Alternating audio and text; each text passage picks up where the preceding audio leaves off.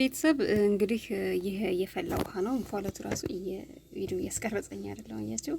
አሁን ቅርንፉድና ዝንጅብል ነው የማደርግበት። ይሄ መጨረሻ ልለቀለቅ ስል የምጠቀመው ነው ማለት ነው። አያችሁ። አዎ ቅርንፉዱ ቢያንስ እንዳልኳችሁ ግማሽ ሾርባ ማንኪያ በላይ ባንጠቀም ጥሩ ነው። ያው ትንሽ ውሃው በዛ ስለሚል ነው። አያችሁ። እኔ ከኢትዮጵያ ይዤ የመጣሁት ዝንጅብል ነው። ደረቅ ነው። ምናልባት ያው እንደዚህ እንኳን ሆኖ እንትን ላይ ይችላል። ቢሆንም ግን ያው የፈላ ውሃ ስለሆነ አንድ ሁለቱን እንደዚህ እናረግበትና ከዛ ይቀመጣል። ግን ይሄን የምንለቀለቅበት ከቀዘቀዘ በኋላ ነው። እንደዚህ ትኩሱን አይደለም። ውሃ ራሱ በሞቀ ውሃ እራሳችሁን እንዳትታጠቡ ማለት ነው። ስለዚህ ይሄንን አሁን መጨረሻ ላይ ከታጠባችሁ በኋላ በዚህ ትለቀለቃላችሁ ማለት ነው። በተለይ ጸጉራችሁን ቆዳችሁን የራስ ቆዳችሁን እየሰከካችሁ ቆዳችሁ ጸጉራችሁን እንዲሁም እየተነቃቀለባችሁ ለሚያስቸግራችሁ እህቶቼ በጣም ጥሩ ነው፣ ሞክሩት ማለት ነው። አብዛኛችሁ እህቶቼ ደግሞ ቅርንፉድ አልተስማማኝም እያላችሁኝ ነው። እንግዲህ ቅርንፉድ ካልተስማማችሁ ዝንጅብሉን ብቻ ተጠቀሙ ማለት ነው። ከዛ ደግሞ ሮዝመሪም መጠቀም ትችላላችሁ። እሺ ቤተሰብ እንግዲህ እነዚህ 3 ነገሮችን ነው የምንጠቀመው። ያው ቻሌንጃችንን እየሰራን ነው፣ እየተጠቀምን ነው፣ ለውጥ እያመጣን ነውና እነዚህን ሮዝመሪ፣ ቅርንፉድ፣ ጥቁር አዝሙድ ነው እንግዲህ እየተጠቀምን ያለ ነው። እንግዲህ ለውጥ እያመጣችሁ እንደሆነ ተስፋ አደርጋለሁ። በተለይ ሰው ሀገር ላይ ያላችሁ ውሃው የሚያሳክካችሁ ጸጉራችሁ የሚነቃቀልባችሁ፣ ያው መነቃቀሉ ከማሳከክ የሚነሳ ነው። ቆዳችን ይሳሳል። ስለዚህ እነዚህ ግዴታ ያስፈልጉናል። ቆዳችን እንዲጠነክር፣ ጸጉራችን እንዳይነቃቀል፣ ቆዳችን ላይ የሚያሳክኩ ነገሮች ካሉ እነዚህ የማንሳት ኃይል አለው ማለት ነው። ጥቁር አዝሙዱ፣ ይሄም ሮዝሞሪው፣ ቅርንፉዱ በጣም የሚያቃጥላችሁ ወይም የማይመቻችሁ ከሆነ ቀንሱት ማለት ነው። በደንብ ቀንሱት። ከግማሽ ሾርባ ማንኪያም በታች አድርጋችሁ የስኳር ማንኪያ አንድ የስኳር ማንኪያ ማድረግ ትችላላችሁ ማለት ነው። በስኳር ማንኪያው ይሄንን አንዳንድ ነው የተጠቀምኩት እኔ ትናንትና። እንዲሁም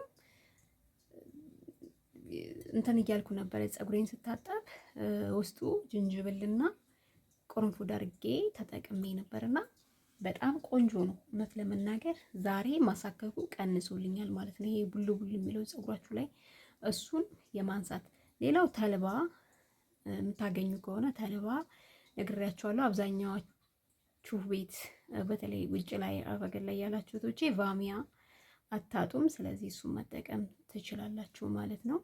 ባትፈጩትም መፍጫ ከሌላችሁ ካልተመቻችሁ እንደዚሁ መጠቀም ትችላላችሁ። ይሄው እንግዲህ እንደምታዩት ይሄ ሞቀ ውሃ ነው። ሞቀ ውሃው ላይ እንጨምረዋለን። ለአንድ 10 ደቂቃ እናስቀምጠውና ከዛ እናጠለዋለን። ልክ እንደዚህ በቃ ከድና አድርገን እናስቀምጠዋለን። ከ10 ደቂቃ በኋላ አጥልለን ቢያንስ እኔ የማዘጋጀው ወይ ለ3 ቀን ለ2 ቀን ነው። እናንተ ግን እንግዲህ ከዛ በላይ ግን መቆየት አይችልም። ፍሪጅ ውስጥ እናርግና እንጠቀም ወይ የምትሉ እህቶች ያላችሁ ምናልባት ፍሪጅ ውስጥ ሲገባ የመሞት ኃይል አለው። ምናልባት አሞቃችሁ ልትጠቀሙት፣ ግን እንደዛም ሆኖ አይሆንም። ስለዚህ ፍርሹ ቶሎ አዲሱ ቢሆን በጣም ቆንጆ ነው፣ ይመረጣል። ሮዝመሪ የላችሁ እህቶቼ ትንሽ የዝንጅብልና ቅርንፉድ፣ ጥቁር አዝሙድ አድርጋችሁ መጠቀም ትችላላችሁ ማለት ነው። ግን እነዚህ እንትኖች አይጠፉም፣ ግን መጠየቅና ማስመጣት ትችላላችሁ። ምንም ችግር የለውም። አብዛኛው ቦታ ላይ ይሄ ሮዝመሪ አለ። ቅመሞች፣ የተለያዩ ቅመሞች አሉ፣ እነሱም ስለሚጠቀሟቸው ማለት ነው። ይሄው እንግዲህ እንደምታዩት ማጥለያዬን አዘጋጅቻለሁ። አሁን እንግዲህ በቃዋል ብዬ አስባለሁ። አጠለዋለሁ ማለት ነው።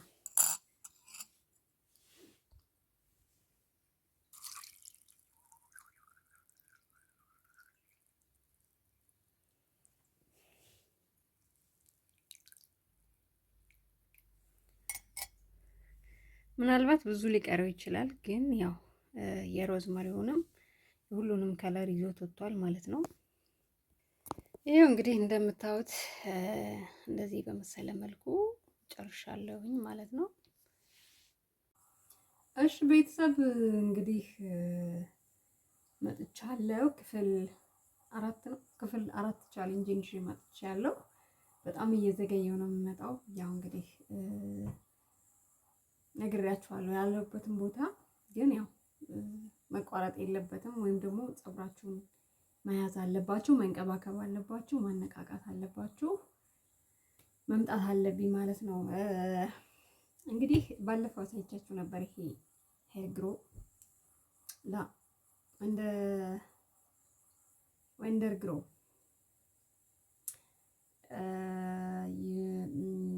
መድን ዩኤስኤ ይላል። አሜሪካ ነው እንግዲህ አላውቅም። በሃይ ኮፒ ሰራ ኦሪጂናል ይሁን አይታወቅም።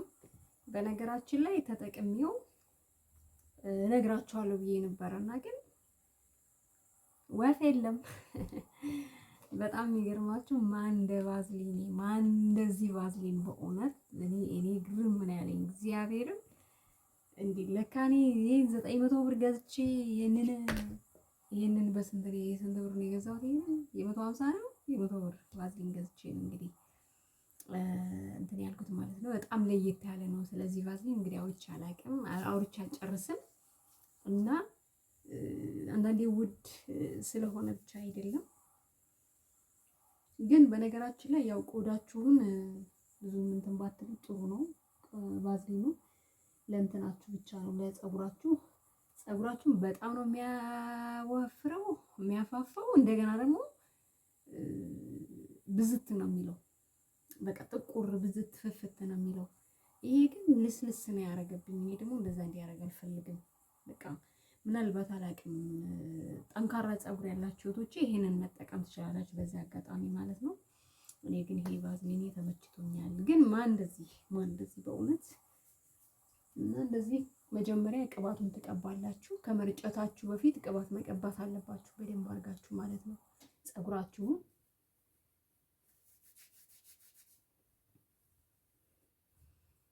እያችሁ በነገራችን ላይ ፀጉሬን ከተተኮስኩ በኋላ ፀጉሬ ትንሽ የመሰባበር ባህሪ ያጋጥሞታልና እንደ እውነቴን ነው የምላችሁ ፀጉራችሁን እንዳትተኮሱ። በተለይ ስትሬት ይሄ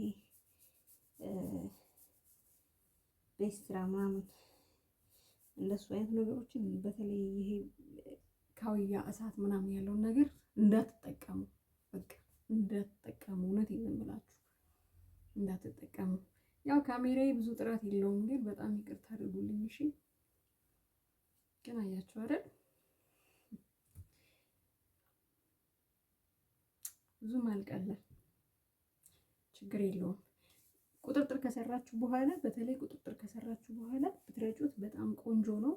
በሚያያዝም ፀጉር ያላችሁ እህቶቼ ፀጉራችሁ ይታታላችኋል። እንደዚህ ማሳጅ ማድረጋችሁን አትርሱ። እንደዚህ እና ያው የተለያዩ ቪታሚን ምግቦችን ስለመመገብ በነገራችን ላይ ፀጉሬ አዳዲስ ፀጉሮች እየወጡ ነው ከስር ምርጥ ላይ ነው። በተለይ ወተት ብያችኋለሁ። ውሃ በቀን 3 ሊትር ሰው ሀገር ላይ ያላችሁ እህቶቼ በቀን 3 ሊትር መጠጣታችሁን እንዳታቆሙ ማለት ነው።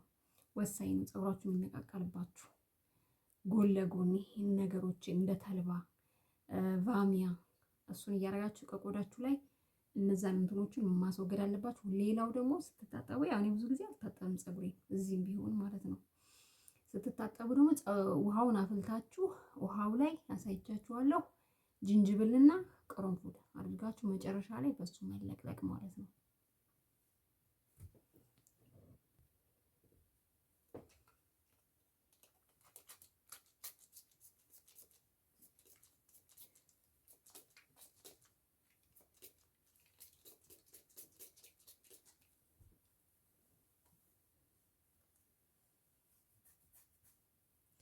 ከዛ እንደዚህ ቆዳችሁ በስማም በጣም ነው የሚያበሰብሰው ይሄ እንትኑ። ከዛ ስታበጥሩ ደግሞ ከስር ነው የምትጀምሩት ከላይ አይደለም። ከዛ መጀመሪያ እንደዚህ በእጃችሁ ታፍታታላችሁ የተቆጣጠረ ምናምን ነገር ካለ።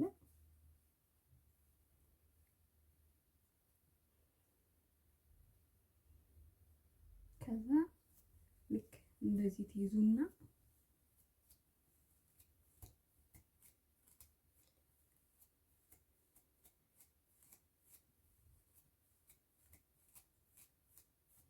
ቀስ እያላችሁ ወደ ላይ ተወጣላችሁ ማለት ነው። በጣም ተያይዟል ፀጉሬ በነገራችን ላይ ደርቋል። ለምን እንደሆነ አላውቅም።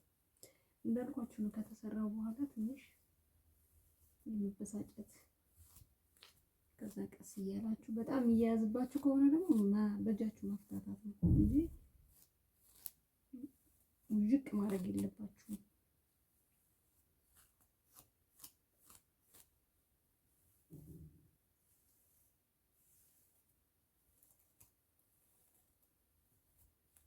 ቀስ ብላችሁ እንደዚህ እያባበላችሁ ማለት ነው ፀጉራችሁን። እኔ በጣም የሚገርም የምታናድዱኝ ነገር ፀጉር ተፈጥሮ ነው ምናምን የምትሉ እህቶቼ በጣም ታናድዱኛላችሁ። ፀጉራችሁን እንደ የኔን እንደው አንድ ቀን የሚይዘውን ሩቡን አትይዙትም። እውነት በጣም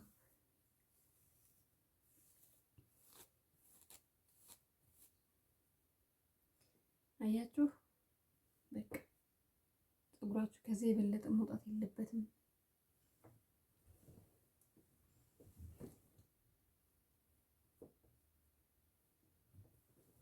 እያያችሁ ነው አይደል?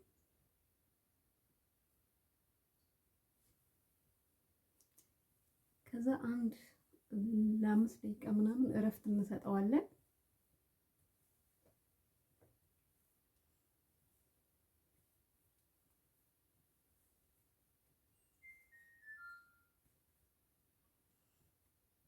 ለአንድ 5 ደቂቃ ወይ 10 ደቂቃ እረፍት መውሰድ አለበት። እንደዚህ ተጠቅልሎ ማለት ነው።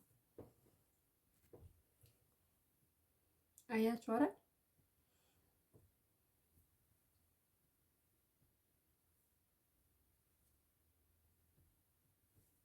ይሄንንም አንድ 5 ደቂቃ እረፍት እንሰጠዋለን ማለት ነው።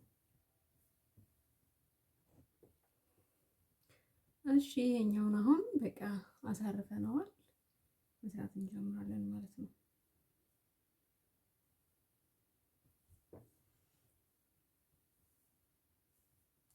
ወፈር ወፈር አድርጋችሁ ብትሰሩት ይመረጣል። ባታቀጥኑት። አያችሁ እንደዚህ ሲያልፍ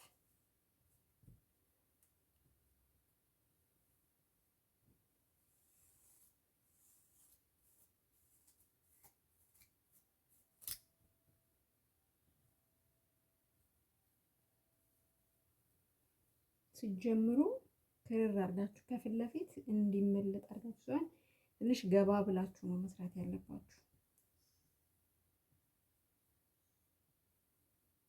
ታያችኋል ብዬ ተስፋ አደርጋለሁ። ከሞላ ጎደል አያችሁ።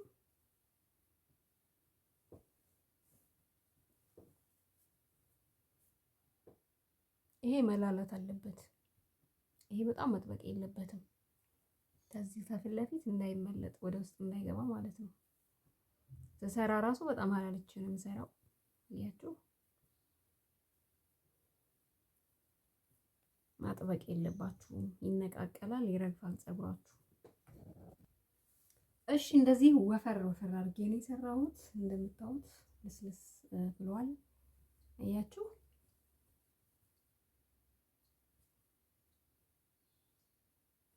በቃ ፀጉራችሁ ይመቸዋል። ከዛ ውስጡን እንደዚህ መርጨት አለባችሁ ማለት ነው። በጣም ነው የሚረጨው በነገራችን ላይ። ቆዳችሁ መደንብ መዳረስ አለበት።